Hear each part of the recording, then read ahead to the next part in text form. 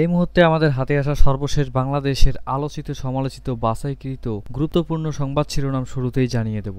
রাজা তৃতীয় চার্লসের সঙ্গে নৈশভোজে বসছেন ডক্টর ইউনূস। প্রধান উপদেষ্টার সঙ্গে বিরোধে না জড়ানোর নির্দেশনা খালেদা জিয়ার। বড় মাফিয়া পরিচয় দেওয়া এনসিপির নেতাকে শোকজ। নির্বাচনের আগে লেভেল প্লেয়িং ফিল্ড তৈরি করতে হবে বললেন ডক্টর মাসুদ। জানুয়ারিতে নির্বাচন চায় গণ অধিকার পরিষদ বললেন শাকিলুজ্জামান। শরিকদের সমঝোতায় আসন ছাড়বে বিএনপি।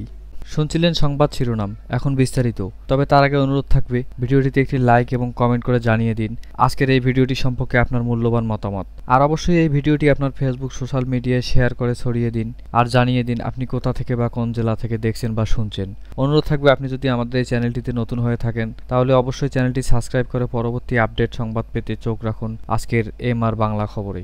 4 দিনের সরকারি সফরে যুক্তরাজ্য লন্ডনে অবস্থান করছেন অন্তর্বর্তী সরকারের প্রধান উপদেষ্টা অধ্যাপক ডক্টর মোহাম্মদ ইউনূস।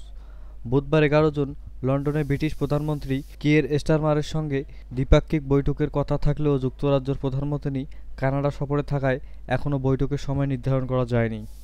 তবে সরকার প্রধানের বিপক্ষীয় বৈঠক অনিশ্চিত হলেও আজ বুধবার রাজা তৃতীয় চার্লসের সঙ্গে নৈশভোজনে সাক্ষাৎ করবেন প্রধান উপদেষ্টা। লন্ডন ও ঢাকার কূটনৈতিক সূত্র কালবেলাকে এসব নিশ্চিত করেছেন। সংশ্লিষ্ট সূত্র বলেছে, দ্য কিংস ফাউন্ডেশন এর 35তম পূর্তি উপলক্ষে 11 জুন সন্ধ্যায় একটি বিশেষ নৈশভোজনের আয়োজন করা হয়েছে। আর সেখানেই প্রধান উপদেষ্টা যোগ দেবেন এবং সেখানে রাজার সাথে একান্তে আলাপ হবে বলেও জানা যায়। মূলত 12 জুন লন্ডনের সেন্ট জেমস প্যালেসে এক আনুষ্ঠানিক অনুষ্ঠানের মাধ্যমে ডক্টর ইউনূসকে কিং চার্লস তৃতীয় হারমোনি অ্যাওয়ার্ড 2025 প্রদান করবেন রাজা। এদিকে গতকাল লন্ডনের স্থায়ী সময় বিকেল 4:15টায় লন্ডনে বাংলাদেশের হাইকমিশনের ভবনে অনুষ্ঠিত এক সংবাদ সম্মেলনে প্রধান উপদেষ্টা প্রেস সচিব শফিকুল আলম সাংবাদিকদের বলেন, ব্রিটিশ প্রধানমন্ত্রী দেশে না থাকায় বৈঠকের সময়সূচি এখনও অনিশ্চিত। তবে অধ্যাপক ইউনূসের লন্ডনে অবস্থানকালে কিয়ার স্টারমার যুক্তরাজ্য ফিরে এলে এবং তার শিডিউল সূচি পাওয়া গেলে বৈঠক হতে পারে। অন্তর্বর্তী সরকারের প্রধান উপদেষ্টা কিংবা সরকারের সঙ্গে সরাসরি কোনো বিরোধে না জড়াতে দলের সিনিয়র নেতাদের নির্দেশ দিয়েছেন বিএনপির চেয়ারপারসন খালেদা জিয়া। নির্বাচন ইস্যুতে তাদের সম্ভাব্য সব দিক বিবেচনায় নিয়ে সামনে অগ্রসর হওয়ার কথা বলেছেন তিনি। ঈদুল আজহার দিন শনিবার 7 জুন রাতে গুলশানের বাসভবনে ফিরোজায় স্থায়ী কমিটির সদস্যরা খালেদা জিয়াকে শুভেচ্ছা জানাতে গেলে তিনি এই নির্দেশনা দেন। শুভেচ্ছা বিনিময় করতে যাওয়া এমন 2 জন নেতার সঙ্গে কথা বলে এই তথ্য জানা গেছে। বিএনপি সহ অধিকাংশ রাজনৈতিক দলের আগামী ডিসেম্বরের নির্বাচনের দাবির মধ্যে শুক্রবার 6 জুন সন্ধ্যায় জাতির উদ্দেশ্যে প্রধান উপদেষ্টা ডক্টর মোহাম্মদ ইউনূস বলেন, জাতীয় সংসদ নির্বাচন আগামী বছরের এপ্রিল মাসের প্রথমার্ধে যে কোনো দিন অনুষ্ঠিত হবে।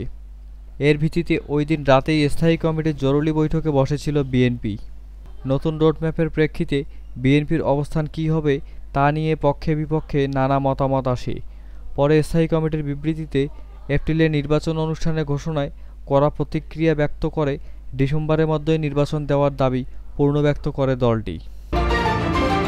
নিজেদের বড় মাফিয়া পরিচয় দেওয়া জাতীয় নাগরিক পার্টির এনসিপির কেন্দ্রীয় সদস্য জোবাইরুল আলম মানিককে কারণ দর্শানোর নোটিশ দিয়েছে তার দল। মঙ্গলবার রাতে দলটির যুগ্ম সদস্য সচিব দপ্তর সালেহ উদ্দিন শিফার স্বাক্ষরিত নোটিশের ছবি এনসিপির ফেসবুক পেজে প্রকাশ করা হয়। শোকজ নোটিশে জোবাইরুল আলম মানিকের বিরুদ্ধে কেন সাংগঠনিক ব্যবস্থা নেওয়া হবে না তার উত্তর 3 দিনের মধ্যে লিখিত আকারে তাকে দিতে হবে বলা হয়েছে।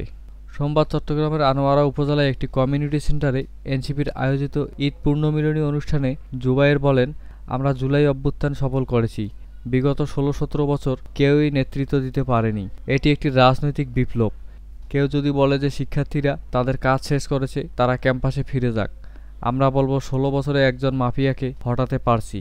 আমাদের বুঝ দিয়ে আবার যদি কেউ মাফিয়া হয়ে উঠতে চায় আমরা তাদের বলবো, এখন বাংলাদেশ যদি বড় মাফিয়া থাকে আমরাই হচ্ছি বড় মাফিয়া, আমাদের চেয়ে বড় মাফিয়া নেই। জামায়াতে ইসলামীর কর্মপরিষদ সদস্য ঢাকা মহানগরী দক্ষিণের সেনেটারি ডক্টর শফিকুল ইসলাম মাসুদ বলেছেন, নির্বাচনের আগে অবশ্যই প্রশাসনকে লেভেল প্লেয়িং ফিল্ড তৈরি করে দিতে হবে। মঙ্গলবার 10 জুন বিকেল 5টার দিকে পটুয়াখালীর বাউফল সরকারি কলেজ মাঠে আয়োজিত সিঙ্গেল ডিজিট কৃতি শিক্ষার্থী সংবর্ধনা এবং ছাত্র ও তরুণর বিশাল সমাবেশের দ্বিতীয় পর্বের অনুষ্ঠানে প্রধান অতিথির বক্তব্য তিনি এসব কথা বলেন। এ সময় শফিকুল ইসলাম মাসুদ বলেন, এই বাংলাদেশে ডামি একটা নির্বাচন হয়েছে, শুধু ডামি নির্বাচনেই হয় নাই, ডামি নির্বাচনের মাধ্যমে ডামি একটা সরকার হয়েছে, ডামি সরকারের মাধ্যমে একটা ডামি বিরোধী দল করা হয়েছে। এই ডামি সরকারের লোকেরা শুধু দিনের ভোট রাতে করে নাই, আমাদের ভোটের অধিকার নিয়ে একজনের ভোট আরেকজনকে দিয়ে আমাদের ডামি নাগরিকে পরিণত করেছেন। অনুষ্ঠানে প্রথম পর্বের কৃতি শিক্ষার্থী সংবর্ধনায় আসার পথে শিক্ষার্থী ও অভিভাবকদের বাধা দেওয়ার ঘটনায় তিনি বলেন, আমরা দৃঢ়ভাবে ওই পরিস্থিতির প্রত্যাখ্যান করছি। আমরা পরিষ্কার করে বলতে চাই যে ফ্যাসিস্টদের উৎখাত করার মধ্য দিয়ে দেশটাকে রক্ষা করা হয়েছে, ফ্যাসিস্টদের কবর রচনা করা হয়েছে, আবার নতুন করে ফ্যাসিস্টদের মাথা উঁচু করে দাঁড়াক এই বাউফলবাসী তা দেখতে চায় না। জাতীয় সংসদ নির্বাচন আগামী 2026 সালের এপ্রিলের প্রথমার্ধে যে কোনো দিন ঘোষণা করেছেন অন্তর্বর্তী সরকার। এর প্রেক্ষিতে কথা বলেছেন গণ অধিকার পরিষদের উচ্চতর সদস্য ও দপ্তর সম্পাদক শাকিলুজ্জামান। তিনি বলেন, সরকার যে সময়টির কথা জানিয়েছেন সেটি প্রাকৃতিক দুর্যোগ, গরম, পাবলিক পরীক্ষার সময়। এই সময় জাতীয় নির্বাচনের কোনো পরিবেশ নেই, তাই আগামী জাতীয় সংসদ নির্বাচন জানুয়ারি বা ফেব্রুয়ারিতে উপযুক্ত সময়। মঙ্গলবার 10 জুন বিকেল 5টায় টাঙ্গাইলের ভূত্রাপুর পৌর শহরের বাসস্ট্যান্ড এলাকায় গণ অধিকার পরিষদের 11 দফা ঘোষণাপত্রের লিফলেট বিতরণকালে তিনি এসব কথা জানিয়েছেন। শাকিলুজ্জামান বলেন, কোটা সংস্কার আন্দোলনের মূল নায়ক গণ অধিকার পরিষদের ভিপি নূর। যে সময় আমরা স্বৈরাচার শেখ হাসিনার বিরুদ্ধে কথা বলায় আমাদের তথা তার মতের বিরোধী দলের নেতাকর্মীরা গুম, খুন, নির্যাতন ও জেল জুলুমের শিকার হয়েছে। আর সেই স্বৈরাচার দেশ ছেড়ে পালিয়েছেন। শেখ হাসিনা পালালেও তার দোসররা দেশে বসে নানা ষড়যন্ত্রে লিপ্ত হয়েছেন। খুনি হাসিনার দ্রুত বিচার কার্যক্রম সম্পূর্ণের দাবি করছি। তিনি আরও বলেন, স্বৈরাচার পতনের দীর্ঘ কয়েক মাস পার হলেও দেশে মব বন্ধ হয়নি। সিএনজি, বাস, ট্রাক স্ট্যান্ড ইত্যাদি স্থানে চাঁদাবাজি, দখলবাজি বেড়ে গেছে। এসব রোধে আইনশৃঙ্খলা বাহিনী তৎপরতা বাড়ানো দরকার। ভূত্রাপুরে ইতিমধ্যে বেশ কয়েকজন সাংবাদিকদের বিরুদ্ধে মিথ্যা মামলা দেওয়া হয়েছে, নিন্দা জানাচ্ছি। এছাড়া বর্ষা মৌসুম আসছে, তাই অবৈধভাবে ফসলি জমি থেকে বালু উত্তোলন বন্ধে প্রশাসনের প্রতি আহ্বান জানাচ্ছি। শরিকদের কিছু কিছু আসন বিএনপি ছেড়ে দিবে, এমন প্রশ্নের জবাবে বিএনপির মহাসচিব মির্জা ফখরুল ইসলাম আলমগীর বলেন, এটা সংসদীয় রাজনীতিতে খুবই স্বাভাবিক, এটা ন্যাচারাল, এটা হওয়া উচিত। আমরা আগে থেকে কমিটেড, আমরা নির্বাচনের পর একটা জাতীয় সরকার করব।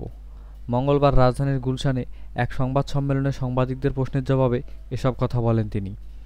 জামায়াতে ইসলামী ও ন্যাশনাল রিপাবলিক পার্টিকে সমঝোতায় আসন দেওয়া হবে এরকম আলোচনা আসে।